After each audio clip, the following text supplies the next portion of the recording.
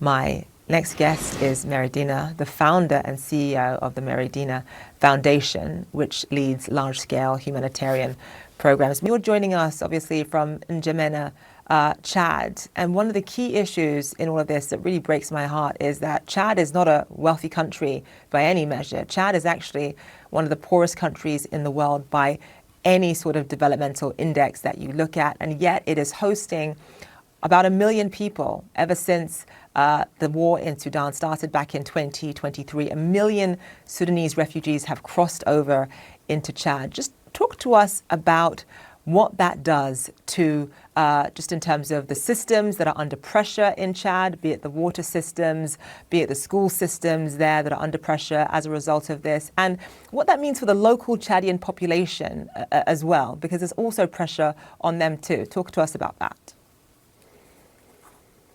Yes, absolutely. Thank you so much. So as you said, over 900,000 Sudanese refugees have come into Chad through the eastern border of Chad since the war began 3 years ago. And that is putting a lot of strain on already limited resources. We're talking about water resources, educational resources, but also food. Even food and nutrition has become a major problem. At the moment, we see one community health worker to every 5,000 people, inhabitants in those villages across the border.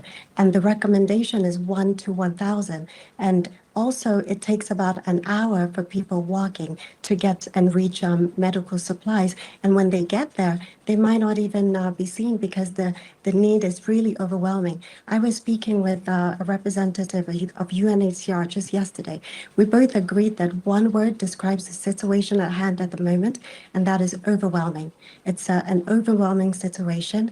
Medical supplies are very limited, as well as water supplies. They're having to relocate people further out from the eastern border of Chad, moving them a little bit more westwards into as far as parts of Bagasola and Liwa, which are refugee communities on the western part, because there's just no space. There's a lot of need for shelter, for water, for the protect. Malnutrition is at an all-time high. We're seeing 18% global acute malnutrition in those communities, those refugee communities on the eastern border of Chad. Parts of Uadai, Enesdanabi, and other villages are really crumbling in terms of malnutrition. And it's even more dire for women and children. Yeah, and that was going to be my next question. When you consider that this is now the largest humanitarian crisis in the world, I believe 14 million people have been displaced as a result of this war. Talk to us about the unique challenges that women and children face. Yes, first of all, sexual and gender-based violence is something that is used as a weapon of war, which really shouldn't be. These are atrocities that should never be committed. I'll give you a story. One of our beneficiaries, her name is Yaya. She shared with us her journey entering into the eastern border of Chad. They stayed in various villages, and in those villages, many women were raped and many people were killed. Coming into those villages as well with overcrowding increases the chances of perpetrators of sexual violence to be able to do more of it.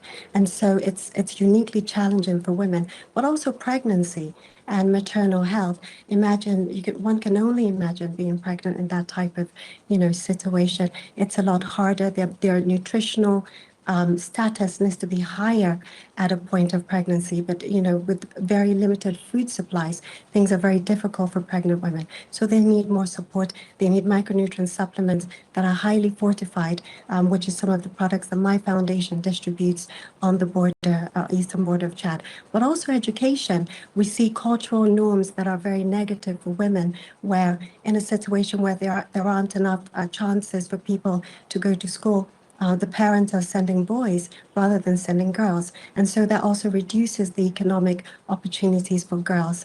And there's just a myriad of different reasons why it's difficult. Talk about period poverty as well. When women have their periods in a situation where the water resources and the hygiene facilities are not adequate, it becomes very difficult for them to live with dignity. Yeah, and you know, one of the reasons why, I mean, thank you so much for laying out what women and girls are struggling with there. One of the reasons why I want to cover this story continually on this program is because I just don't believe that the international community is paying enough attention to this issue. And when you think about the fact that USAID, for example, has seen not just massive spending cuts, but a complete dismantling by some accounts, just in terms of the funds that they send to nonprofits around the world. What I find very interesting is that despite all of the cuts we're seeing and how many nonprofits across Africa and across the world really are struggling because of the cuts to USAID, your foundation is actually one of the few that did not see cuts from USAID. You maintained the same level of assistance that USAID was giving you before the Trump administration as afterwards. Why is that, do you think? It's very difficult to know exactly the reasons why certain NGOs were selected and certain programs were kept. There was a U.S. Congress review.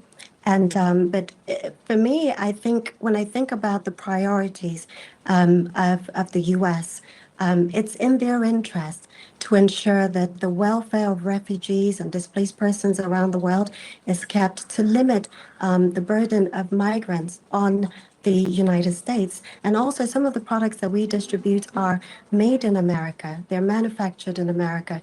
We have manufacturing partners in Rhode Island, but also even in Georgia. Georgia produces one of the highest grade peanuts in the world, and there are many peanut farmers whose livelihood was very much in question when the U.S. cuts happened. And so supporting foundations that essentially align with their international and diplomatic interests and the interests of people on the shores of the U.S. I think that was a key priority for them when they were selecting programs to keep. But also with our foundation, we focus on local leadership. We scale very quickly. We're fast. We're female-led. I think those were also perhaps some of the reasons why we were saved. Right, Lady Dinah, thank you. Thank you so much. Appreciate the work that you're doing on the ground there in Chad.